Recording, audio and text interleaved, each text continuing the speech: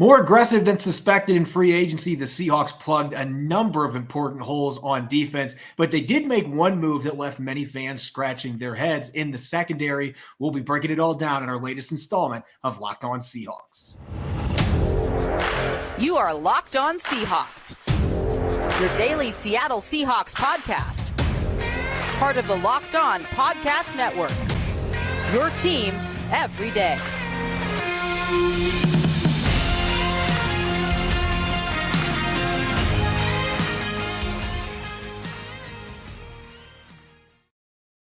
Greetings, 12. This is Corbin Smith, host of the Locked On Seahawks podcast, your daily Seahawks podcast, part of the Locked On Podcast Network, your team every day. Glad to be back in the saddle again with my co-host in crime, Rob Rang, and a special thanks, as always, to all the 12s out there for making Locked On Seahawks your first listen 5 days a week. We've got a jam-packed mock draft Monday coming your way. We're going to be dissecting 6 different fan submissions for our latest mock draft Monday. Had some pretty interesting rules that you had to follow by for this one. So we're looking forward to combing through those mock drafts and critiquing them. And plus, we've got Patricia Traina of Locked On Giants joining us to break down one of the newest Seahawks, Julian Love, who signed with the team last week. Without further ado, let's get to our latest episode, which is brought your way by Ultimate Football GM. If you've ever dreamed of becoming an NFL GM and managing your own football franchise, this game is definitely for you. To download the game, just visit ultimate-gm.com or look it up in the App Store. Our listeners get a 100% free boost to their franchise when using the promo code Locked On. That's in all caps in the game. Now for your lead story here on your Monday edition of Locked On Seahawks. The Seahawks went into free agency with a number of holes to fill on the defensive side of the football, and they certainly made some splashy moves that few were expecting, including giving a 3-year, $52 million contract to former Broncos defensive tackle Draymond Jones. They plugged in a hole at linebacker, brought back Jaron Reed, the front seven, getting the overhaul the Seahawks have been saying they were going to do all along. But there was one move that kind of stunned people, including myself, at least initially, coming on Friday, and that was the Seahawks agreeing to terms with former Giants safety Julian Love on a 2-year deal worth up to $12 million. And Rob, we know the Seahawks love talented safeties. Just look at their salary cap. More than $34 million allocated to Jamal Adams, Quandre Diggs, and Ryan Neal. Just 3 players in the secondary. Between those 3, they are getting elite quarterback money in terms of salary cap. And now they're adding another player to the mix in Julian Love. And that left me scratching my bald head a little bit, wondering, what is John Schneider thinking? But then if you take a step back and you realize how many games Jamal Adams has missed, the injury he's coming back from, Quandre Diggs now being 30, Ryan Neal still a restricted free agent that has a tender on him, you add all those things together and then you start to realize maybe John Schneider is just thinking a step ahead wisely here. I think that is the case. And I think that Julian Love is a good football player. And all of the indication I've had is that the Seahawks just thought that Julian Love would sign somewhere else for bigger dollars. And when he was still available in that second wave of free agency, Corbin, even with all of that money allocated to safeties already, I think Seattle, just kind of like you want your general manager, John Schneider, to take the approach on draft day, they just saw the best player available and thought, hey, this is a guy that can fit some needs. Seattle, of course, and their secondary has been an area of concern, even when healthy over the last couple of years. You have a safety in Love here who does have the ability to drop down and play nickel corner. Nickel corner was not quite as well played a season ago as it had been in the past. And then you said it, the elephant in the room is Jamal Adams and that massive contract and his inability to stay healthy. I think that this is similar to what the Seattle did at the quarterback position. It protects you. It allows you to kind of look over the landscape on draft day and through the rest of free agency and just kind of figure out your best roster. I don't think that this necessarily means that Jamal Adams is definitely not going to be a Seahawk moving forward. I think that this just gives Seattle, again, some flexibility.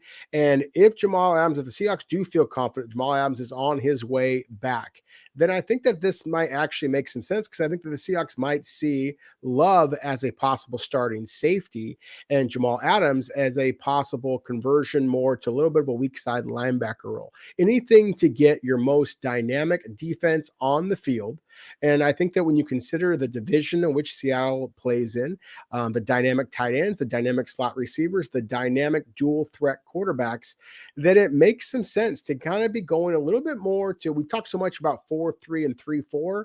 It almost feels like Seattle is doing a little bit more of a 3-3-5 kind of a defense here, and just getting those 5 defensive backs on the field at all times. And again, Julian Love with his coverage ability, his ability as an open field tackler as well. I just think that this is a signing that, while surprising, definitely makes some sense as well. Yeah, like I said, when I initially saw the signing, I was thinking, where is he going to fit into this mix? But then, of course, you got to realize Jamal Adams is coming off a torn quad tendon, and there have been a lot of athletes in football, basketball, you name it, sports, they've had that injury that have not been the same player when they have come back. And that's on top of multiple shoulder surgeries on his fingers. He has been one injury after another since the Seahawks acquired him. And it absolutely stinks, because we know when he's healthy that he is a dynamic playmaker on defense. And the Seahawks are still hoping that they're going to see that player return from this injury. What I have gotten from talking to people since this signing on Friday is that the Seahawks, this is not them saying we are getting ready to move on from Jamal Adams. That is not what I have gathered from this. However, because Love has played more than 500 snaps in the slot, immediately he can give Kobe Bryant competition to play meaningful snaps at that spot. Kobe Bryant had never played there before last year, and even though he improved, it was an up and down rookie season for him. Love's got a little more size and more physicality to be able to play that spot. And he has similar athletic metrics to what Justin Coleman had coming out of Tennessee. So he can certainly move left to right. His change of direction skills are where they need to be to play that slot corner position. So they can find a place to play him, even if Jamal Adams is healthy. And as you mentioned, if they're going to put him more as a linebacker at this point, and teams are playing 220, 225-pound linebackers, if that's what Jamal Adams is at this point, and he's going to be blitzing more doing that, you're playing to his strengths, and that allows you to still get 2 other safeties on the field, Quandre Diggs and Julian Love, or if Ryan Neal is one of those safeties. And Neal could still be a player that's going to get an offer sheet from another team. We don't know if that's going to happen yet, but if another team decides to do that and the Seahawks don't match, then he's gone and they don't get any draft compensation back in return. So this is truly all about having insurance, and they're thinking both short-term and long-term at safety. And yeah, it might seem like a lot of money, $6 million per year. That's borderline starter money. But at the same time, I mean, $6 million a year for a guy that might play 60% of the snaps playing in a nickel role, that's still a decent price point for a guy that can make plays on the football, can blitz, can defend the run, can play in the box, has some versatility to play in 2 high, even single high safety looks. So they're bringing in a very versatile player at a price point that's reasonable, a lot less than I thought he was going to fetch on the market. And that's probably the biggest reason why John Schneider pounced on it, was just the opportunity to get a really good football player at a good price. Yeah, I think so. And I think that, again, just the durability issues for Jamal Adams, the advancing age for Quandre Diggs, who, let's face it, is a smaller player who also has had some durability issues, at least earlier in his career. You know, Ryan Neal, we talked about it about a week ago when we were kind of surprised by Seattle putting the tender to Ryan Neal, but not one that gave Seattle the opportunity to match and get those a draft pick as compensation should they lose Ryan Neal. That suggests to me that Seattle wants Ryan Neal back, but at the same time is not so high on him that they chose to ignore some of the other veteran free agents that were available to them, obviously, and here in signing Love. So, you know, to me, I think that this, again, just gives Seattle lots of different options. I don't think that it slams the door on anything moving forward. I think that, again, what the biggest thing is that Seattle has obviously prioritized safety throughout the John Schneider and Pete Carroll era. And I think that this is, again, just reprioritizing a position that this is not an elite draft class at this position. There's a lot of guys that some people believe are safety. Some people believe are corners, for example. Julian Love has already proven his ability to play both. And I think that is basically what it came down to for the Seahawks. Yeah, the thing that we've got to monitor here, and I don't think this is going to happen. I've already stated that I think Jamal Adams, the team, believes in him coming back healthy. But June 1st is the date that we have got to be watching for, because I can't see any way the Seahawks would release him with a pre-June 1st designation. But if he is not physically capable to play football again, which that is an outside chance that maybe that happens because the injury he's coming off of, all the other injuries he's had. They could release him with a post-June 1st designation, and they would get over $8 million in cap space instantly. Now, that late in the game, you're not going to be splurging for free agents, but it would give them some flexibility to maybe be able to do some other things with some late wave free agents and things of that nature. So I don't think that's going to happen, but that is something to monitor, because if they were going to make a move on that front and decide to move on from Jamal Adams, I would think it would have to be a post-June 1st designation to make that happen. Otherwise, they're looking at a huge dead cap hit for this year that's actually going to lose cap space, and they're up against it right now. Don't see that happening. When we come back, it's Mock Draft Monday. We asked you, our lucky listeners, for their fan submissions. We've got several that we're going to be diving into a very unique Mock Draft Monday here on Locked On Seahawks. We'll dive in and dissect those coming up next. This episode is brought your way by Ultimate Football GM. If you've listened to our podcast regularly, you know how much I love the mobile game, Ultimate Football GM. If you've ever dreamed of becoming an NFL general manager and managing your own football franchise, your dream can come true, and this game is definitely for you. Manage every strategic aspect of your team, play through the season, and lead your team to glory. You're responsible for everything from hiring the right coaches and coordinators, trading players, making draft picks, navigating your franchise through free agency and the draft, and all the ups and downs of the season. All of this in a challenging and realistic game world. If you want to give John Schneider a run for his money running your own franchise, this is the way to go. Ultimate Football GM is completely free. You can play it offline, play as you go, as you want and when you want to. It's a blast, and our listeners should join in the fun in their own league. Locked On Seahawks listeners get a 100% free boost to their franchise using the promo code Locked On. That's in all caps in the game store. That's Locked On in all caps. So make sure to check it out today. You can download the game by visiting ultimate-gm.com or look it up on the App Store. That's ultimate-gm.com. Ultimate Football GM. Start your dynasty today. You're listening to Mock Draft Monday here on the Locked On Seahawks podcast. I'm your host, Corbin Smith. Glad as always to be joined by my co-host in crime, Rob Rang. And a special thanks to all the 12s out there, whether you're listening in Pasco, Washington, or you're listening in Fort Wayne, Indiana. We greatly appreciate you supporting the podcast. All right, Rob, let's get to Mock Draft Monday. We mix it up every week with some different stuff. Sometimes we look at expert mock drafts. Sometimes we have our own that we dissect. But we like to get our fans involved as well. And with the Seahawks being in a prime position coming out of this first week of free agency where they have so many options on the table with 2 first-round picks, we decided to make this a creative exercise. And so this was our proposal this week for our listeners. Submit a 7-round mock draft, but you cannot pick a quarterback, defensive tackle, or pass rusher, edge rusher with either one of the first-round picks. So quarterbacks, defensive tackles, and edge defenders are off the table. So basically the most popular 3 positions in Seahawk mock drafts for the last couple of months. You cannot pick any players at those positions. And really, it's a wild card mock draft, looking at positions that maybe would surprise people that Seattle would use those first-round picks on. And Rob, we had a very tough time doing this, but we picked 6 submissions from our fans that really jumped out to us, 6 different ones with different players that were really interesting. And we're going to dive into the thought process. And I know there's one in particular that you were really excited about.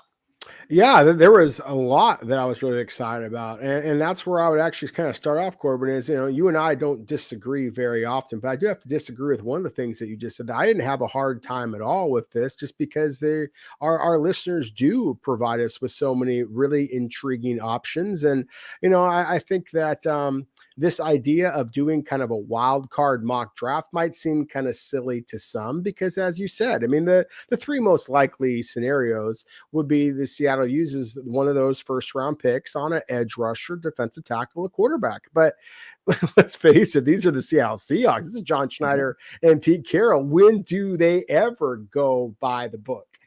So I think that this is kind of a fun exercise here. So, those of you who are watching on YouTube, and thank you to those of you watching, thank you very much to those of you who submitted these different mock drafts. But the one that I like the most is the same one that Corbin just was kind enough to put on the screen. And that started off with Seattle trading down to the number 12 overall selection and selecting one of my favorite wide receivers in this draft class, Jackson Smith-Njigba, a player who I think can come into the NFL and be very, very successful immediately. I love his fit with the Seahawks specifically. I am not quite as excited about the fit of the guard O'Cyrus Torrence from Florida. Now, I know that he has been projected to the Seahawks by a lot of people out there, a lot of people that I really respect, Corbin, but I just wrote an article for Fox Sports. It's literally going to be posted on Tuesday that breaks down my top 10 favorite interior offensive linemen in this draft class. And when I really broke down the tape on O'Cyrus Torrence, it scared me a little bit more than I was expecting for a guy who never allowed a single sack over his entire college career. So I like this draft class as it's presented. Seattle's getting a wide receiver, Seattle getting an offensive lineman. There were some really good defensive players that were projected in this mock draft as well. But I just wanted to focus in on those two picks because, again, I do think that it makes an awful lot of sense. I like the addition of the wide receiver. I like the addition of a big blocker. I just wonder if Seattle doesn't go with a slightly different route, at least when it comes to the offensive line.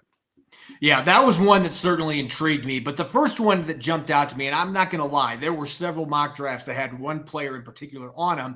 But the way that this one unfolded from the first round to the seventh round was the one that really jumped out to me. It was from Seahawker Spain. And anybody that listens to this podcast knows where I stand on Devin Witherspoon from Illinois. I just love his game. Every time I watched the Illini last year, including nearly upsetting Michigan late in the season, this guy was smashing running backs and receivers. He was making plays on the football. He was an island on his side. That was a really good Illinois secondary, but he was always the player that jumped out to me. I just love the physicality and the athleticism that you see from him. And him getting selected at number 11, a trade down here again in this mock draft, I would be all on board with this, putting him across from Tariq Woolen. Two physical corners, long arm, can make plays on the football. I think he would be a perfect fit. We know Seattle typically does not draft corners this early, but this might be an instance where John Schneider and Pete Carroll are willing to do that because they've covered so many bases already in free agency. Now, the other first-round pick, I'm going to have to kind of err with what Rob just did with O'Cyrus Torrence, who I'm a little bigger fan of him than what you are, but Dalton Kincaid, the tight end from Utah, one of those joker tight ends that can move all over the place, can create big plays in the passing game. I have some question marks with him as a blocker, and I also have question marks with him staying healthy. Durability has been a big question mark. I really like the prospect. I just don't know that I would touch him with a first-round pick. I might consider it in the second round, especially a team like Seattle where you could use tight ends in 2024 and beyond, but if you're looking for a guy that's instantly going to contribute, he's going to have a tough time doing that with the tight end Seattle already has, but you always got to be looking ahead in the draft too, and Kincaid has the upside to be a star at the position, especially with his pass-catching ability.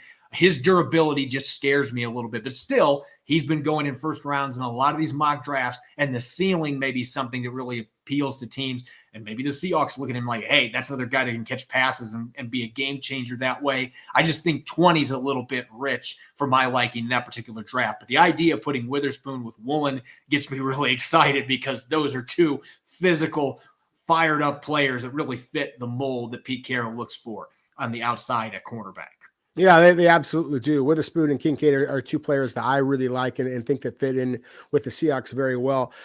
Just really quickly, I was going to go back for a moment to that initial mock draft that I mentioned with Jackson Smith and Jigba as the Seattle's first selection, then O'Cyrus Torrence. The other three picks were players that, again, I really like. It's one of the reasons why I liked this mock draft, that being the edge rusher Felix Uzoma from Kansas State. We've talked about him a lot. Andrew Voorhees, the guard from USC. I think that's going to be pretty rich selection at number 83 overall. Again, Seattle having some different selections here. But he unfortunately tore his ACL during the combine workouts. And so I think that he is going to fall a little bit on draft day, but I love the player. I think that he would be a great addition to Seattle. Just a tough guy that, again, would clear up the interior of Seattle's offensive line concerns. And then Bryce Ford Wheaton, the wide receiver out of West Virginia, dynamic player. I mean, a guy goes up and gets the football. And so I think that's about right for where he should go. One of the other mock drafts I really like, Corbin, is one that was turned in by Gamem64. And he took a very similar approach as to the mock draft that you just broke down. Different players, but still starting off with the cornerback, and that being the corner from Oregon, Christian Gonzalez. And he, in this case, I shouldn't say he, shouldn't presume, but our listener at this point had Seattle, again, staying at number 5 overall and selecting that cornerback. Now, I think that number 5 overall is too rich for any of the corners in this class, even though I love Gonzalez. I love Witherspoon, as you mentioned before. I just like the depth of this cornerback class so much that I think that this would be too rich. But again, having just gone to the Oregon Pro Day, I can tell you that Gonzalez is a stud.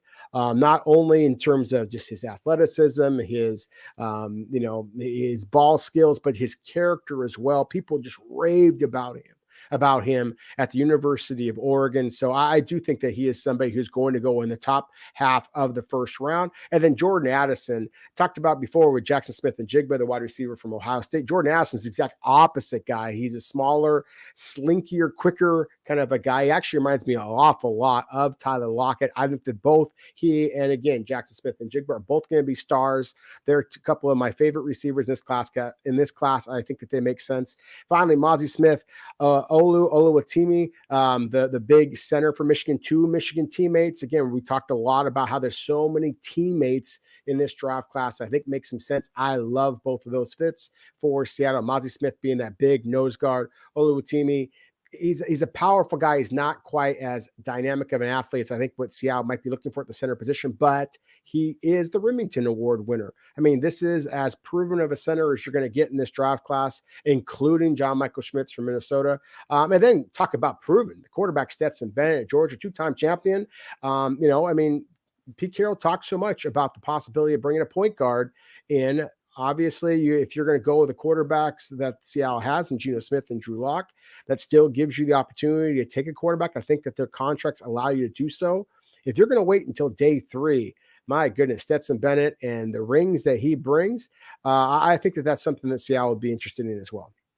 This has really been a cornerback themed segment because this is a really, really good cornerback class. We've already seen Witherspoon and Gonzalez. And, oh, by the way, there's another corner that's dad was a pretty darn good player in the NFL himself that is going to be in this draft that has a chance to be picked in the top 10. And not surprisingly, a number of our listeners had him at the top of their mock drafts. Now, Gamma M64 actually submitted this one. I mixed up the names on the previous one. So we'll make sure to give credit to the submitter that was due there. I believe it was Real ESTN8 that submitted the previous one. But Gamma M64 was thinking the same way at pick number 5. I would agree with you, Rob. I'm not picking any of these corners. As much as I love Devin Witherspoon and Joey Porter Jr., I'm not picking any of these guys at pick number 5. But if I trade down a few spots and I recoup some picks, then yes, I would be willing to draft these guys because they are all studs. Now, Joey Porter Jr. is probably number 3 on these 3 cornerbacks for me because I don't see the natural ball skills that I see from Devin Witherspoon and Christian Gonzalez. However, I see a guy that is willing to come up and stick people, very physical press corner. He checks off almost every other box that the Seahawks look for at outside corner. And you know the pedigree with his dad being an all-pro linebacker in the league. He knows his football. So he would be a guy that would make a lot of sense with their first-round pick. And at number 20, another receiver, one of my favorites in this class, Zay Flowers from Boston College, a smaller receiver, 185 pounds soaking wet, maybe 180. He is tiny, but he plays bigger than that. A really precise route runner that can win vertically. He makes contested catches. I see some Tyler Lockett in his game, the way that he plays. And so you know that he would love to learn under Tyler Lockett. And oh, by the way, he and Geno Smith worked out together in the spring a few years ago. And so there already would be a built-in connection there. So I love that pick at number 20, adding another really good receiver that I think can make an impact right away for the Seahawks and help them in a number of ways where they really struggle with that third wide receiver. As far as the rest of the draft class, Steve Avila at pick number 37. I think he could play guard or center as a starter pretty quickly. I love that pick. Keanu Benton at pick 51 is one of my favorite defensive tackles in this class. And Dorian Williams, linebacker from Tulane. You want to talk about a guy that plays bigger than he's built. He plays like a 250-pound linebacker. I don't think he lasted a 5th round, but if he does, the Seahawks have a home run selection there at 152. Now, maybe the craziest one that we've got on here, just based on how Seattle drafted a year ago, a tackle going early, that was one that truly piqued your interest from our fan submissions. Yeah, it absolutely did. Because again, we're talking about the wild cards. And I think that this mock draft might sound kind of silly to people who don't know how the Seahawks build their team.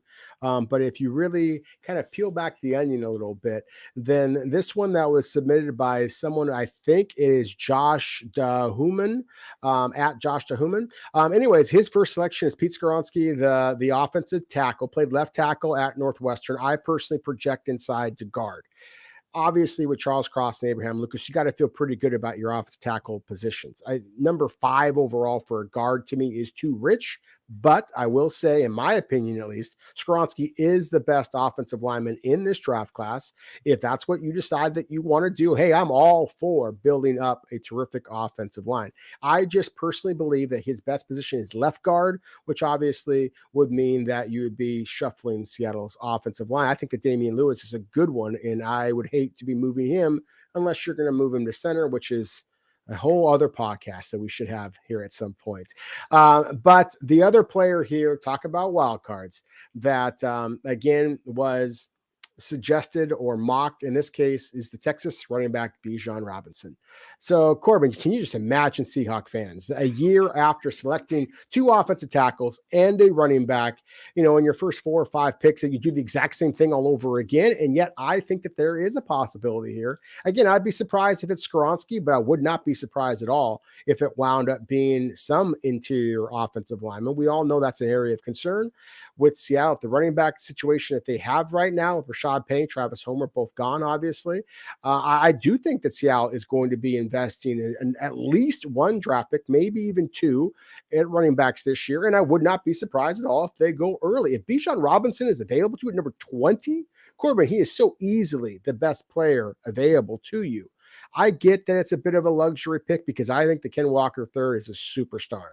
But Bijan Robinson is a superstar as well, and he's bigger. He can be that thunder to the lightning attack that Ken Walker III can be. And anybody who watched the Super Bowl knows the Philadelphia Eagles got there based on their ability to rush the passer and the ability to run the ball down every team's throat. Pete Carroll is going to continue to try to run the ball down every team's throat. So again, I think that the possibility of Seattle going offensive line and running back within the first 2 or 3 selections, maybe even the first round, absolutely makes some sense. The edge rusher, Will McDonald, the wide receiver, Michael Wilson for Stanford, player I personally am very, very high on. I think he's going to go earlier than some are suggesting. Maybe not quite this early. We'll see. And then the big defensive tackle, Jomo from Texas.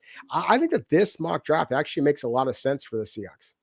Yeah, I thought that was one of the better ones that was submitted, although I think that we would see that GIF that's on Twitter of Elmo in front of flames. Yep. That would be Seahawk fans if Bijan Robinson gets picked in the first round. At least most. I know there's some that are saying we should draft him, and so maybe there are some that are pro running back at that point. But I know a lot of fans would be really upset about that selection. Real quick, the last one that I have on my list of fan submissions from Maine_John.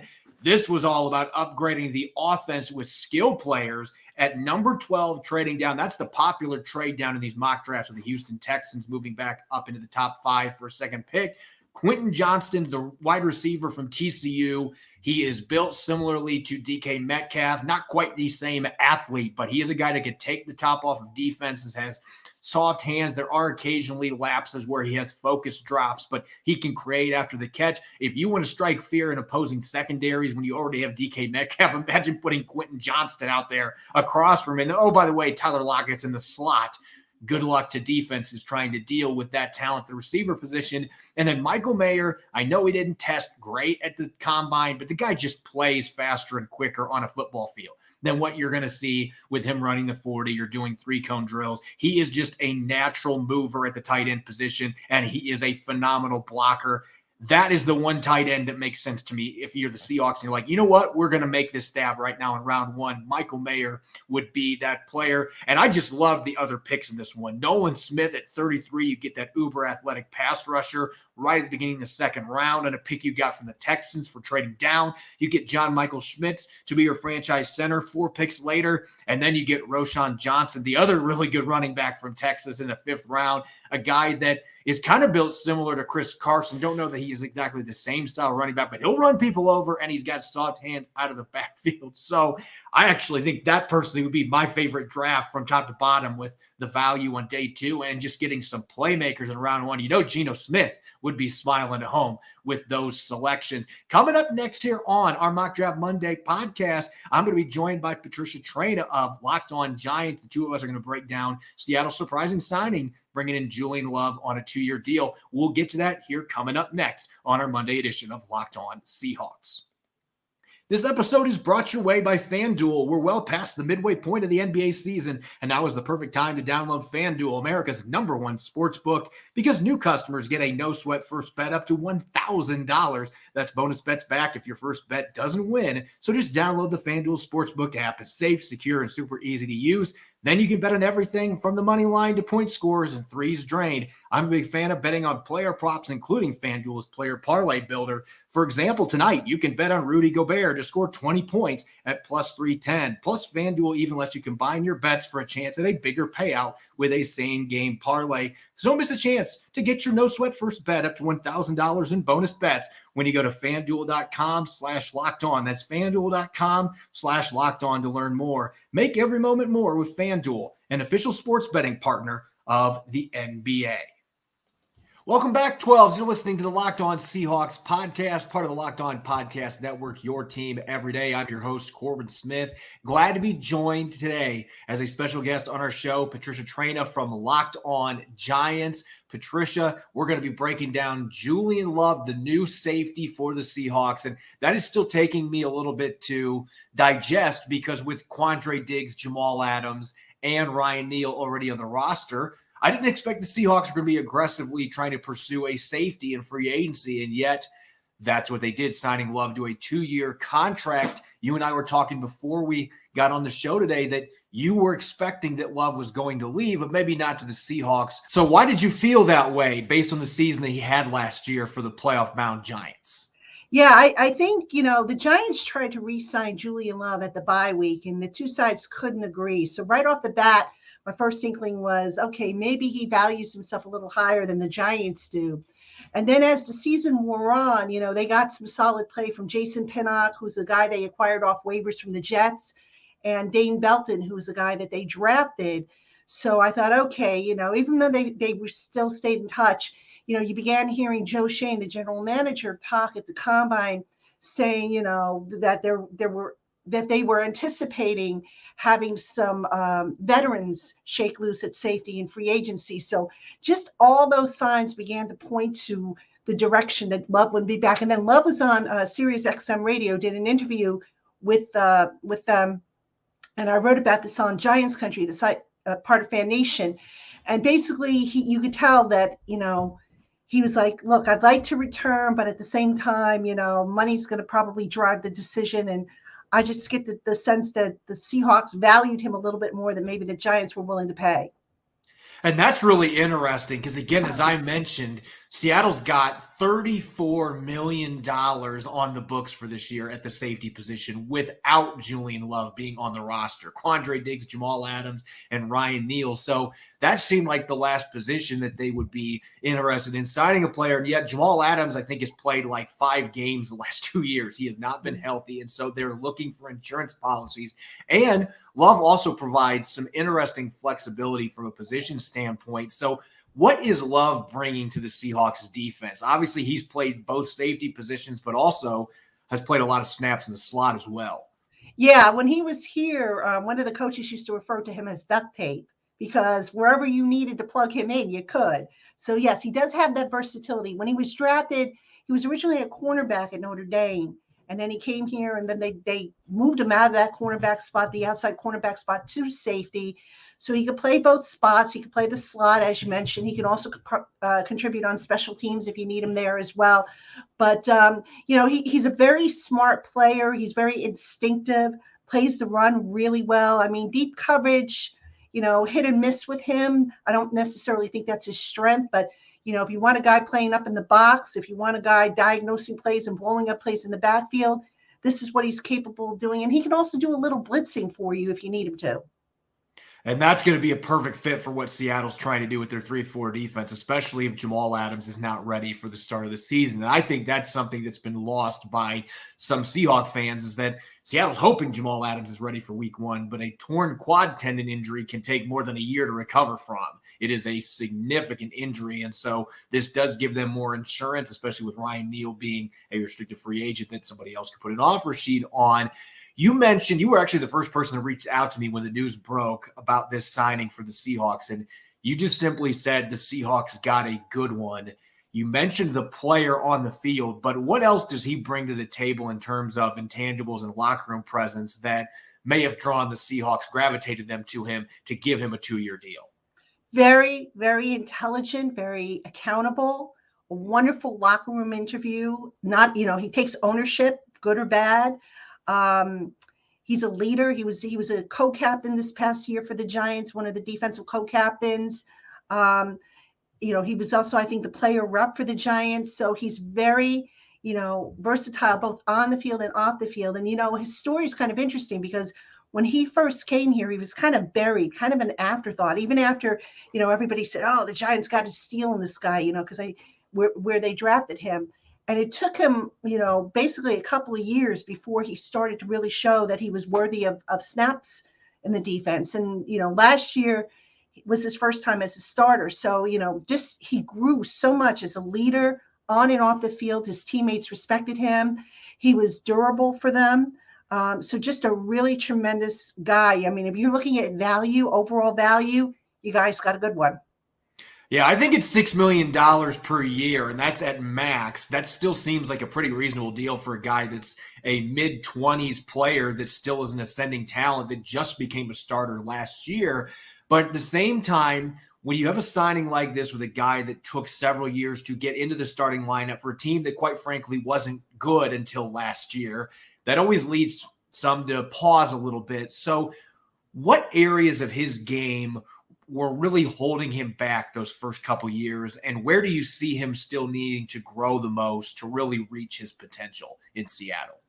Yeah, I wouldn't say there was anything grossly holding him back. I mean, you can make an argument that he doesn't have ideal or elite speed like a Jamal Adams when he's healthy. I think it was just a matter of the coaches and what they were trying to run. I mean, every defensive coordinator says they want to be aggressive, but there are different levels of aggressiveness. And, Patrick Graham ran a different style of aggressiveness as opposed to Wink Martindale. So I just think, it wasn't so much something holding Julian Love back. I think it was more of a preference for certain guys that maybe Patrick Graham favored. But, Julian Love, like I said, they called him duct tape. So they had him moving all over the place. And they were trying to figure out, I think, where he fit in best in that defense. And, when they had the opening, they decided, okay, we're going to roll with him as our strong safety. We're going to play McKinney as the free safety. But they do flip back and forth, as need be. And, but Julian, the speed is probably a concern, which is probably why you don't see him in coverage a whole lot.